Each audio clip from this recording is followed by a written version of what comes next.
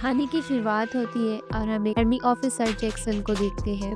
Jackson पहले army का officer था, लेकिन अब उसने आर्मी को बिल्कुल छोड़ दिया है और अब वो अपनी ज़िंदगी को एंजॉय करता है। वो काफ़ी दिनों तक हंटिंग करता है और घर से बहुत ज़्यादा दूर रहता है। वो अक्सर घर बहुत कम जाया करता था। अब जैक्सन जब अपने घर पर पहुंचता है अपनी बीवी को सरप्राइज़ करने के लिए, तो वह देखकर शॉक्ड रह जाता है कि यहाँ पर उसकी बीवी उससे ही सरप्राइज़ दे देती है। वो देखता है कि उसकी बीवी किसी और के साथ इंटीमेट हो रही थी। ये देखकर जैक्सन का गुस्सा सातवें आसमान पर पहुंच जाता है और वो उस आदमी को बुरी तरह से पीटने लगता है।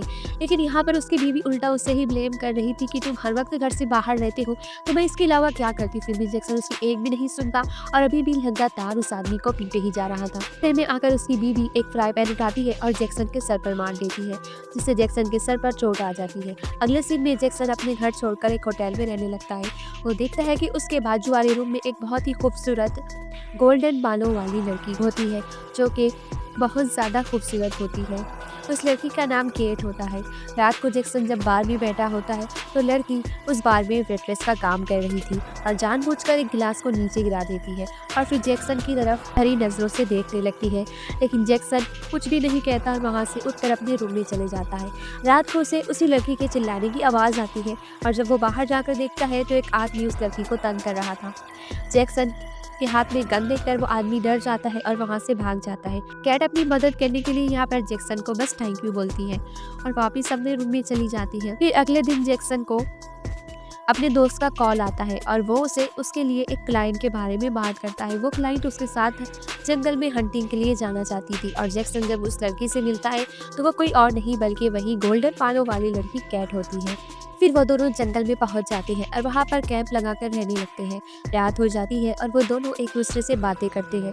फिर कैट अपने टेंट में आराम करने के लिए चली जाती है और वो अपने टेंट का आधा दरवाजा खुला रखती है। इस बात का इशारा था कि वो जैक्सन को अपनी तरफ अट्रैक्ट कर रही थी। लेकिन जैक्सन यहाँ पर अपनी बेटी की यादों में खोया होता है। उसकी बेटी की बचपन में ही एक कार एक्सीडेंट में मौत हो गई थी और उसके बाद उसकी बीवी ने भी उसे धोखा दे दिया था, इसलिए वो पूरी तरह से टूटा हुआ था।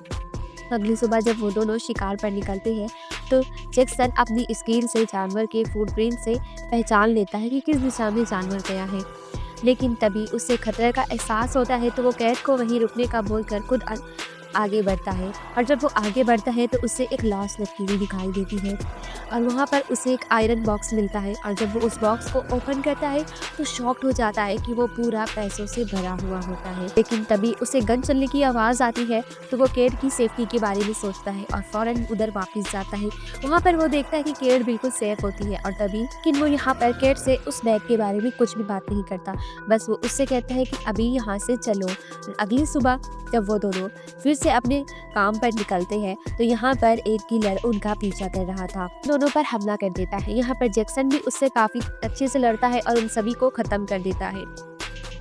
थोड़ी देर के बाद जब थोड़ा खतरा खत्म होता है तो जैक्सन केट को उस डॉलर से भरे हुए बैग के बारे में बताता है। ये देखकर केट के मन में भी लालच आ जाता है। तभी वहाँ पर कुछ और किलर्स आ जाते हैं और उनसे उस बॉक्स को मांगने की डील करते हैं। तभी जैक्सन उन्हें उस बॉक्स देने का नाटक करता है और कैट के हाथ में गोली पकड़ा देता है। कैट पीछे से गन चलाती है और उन सभी को शूट करके मार देती है। यहाँ पर जैक्सन कैट से काफ़ी इम्प्रेस्ड हो जाता है, लेकिन तभी पीछे से एक आदमी आकर कैट को पकड़ लेता है। तभी जैक्सन फेक सिलेंडर ढूंढने का नाटक करता है और मौका देखते ही गोली जलाकर उस आदमी को जान से मार देता है। लेकिन इस गोली की आवाज़ से वहाँ पर और भी ज़्यादा किलर्स आ जाते हैं, लेकिन जैक्सन एक एक करके सबसे मुकाबला कर रहा था। के बाद जैक्सन कैट को यही रुकने को कहता है और वो खुद ऊपर चलने जाएगा, लेकिन कैट उसे नहीं मानती और उसके साथ जाने की जिद करती है।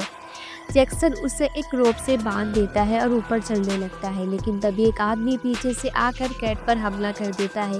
कैट जैसे तैसे कर कर उससे लड़ती है और वापस से ऊपर चढ़ जाती है, लेकिन उसके पैर में चोट लग जाती है। जैक्सन उसके जख्म पर पट्टी लगाता है।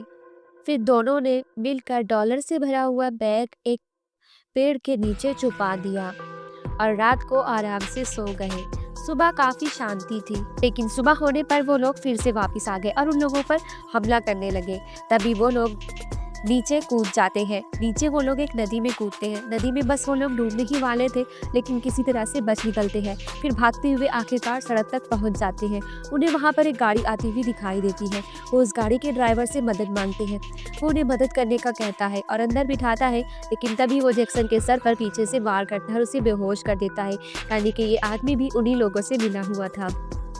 इसके बाद जब दोनों को होश आता है तो वो दोनों अपने आप को उन सभी के कैद में पाते हैं। वहाँ पर एक आदमी आकर कैट से जबरदस्ती उस पैसों से भरे हुए बैग के बारे में पूछने लगता है, लेकिन कैट उसे कुछ भी नहीं बताती। और यहाँ पर जैक्सन अपनी हथकड़ियाँ तोड़ने में कामयाब हो जाता है और उन सभी पर हमला कर देता है और आकर फिर वो कैट को भी छुड़ा लेता है। और यहाँ पर एक बहुत धमाकेदार फाइट होती है। जैक्सन और उन सभी लोगों के बीच फाइट होने लगती है। कैट भी बड़ी बहादुरी से मुकाबला करती है और अपने गन से सभी को मार गिराती है। इसके बाद वो दोनों ये बैग लेकर वापस से चले जाते हैं। थोड़ी दूर जाकर जब ये लोग बैग खोल कर देखते हैं तो वो लोग शॉक्ड हो जाते हैं, क्योंकि बैग में पैसों के अलावा कुछ और ही था। और तभी कैट पीछे से गोली लेकर जैक्सन को जान से मार देती है। यानी कि ये पूरी की पूरी प्लानिंग कैट की थी। उसने बस जैक्सन को इस्तेमाल किया था इन पैसों को हथियाने के लिए। और इसी के साथ ये मूवी यहीं पर ख़त्म होती है।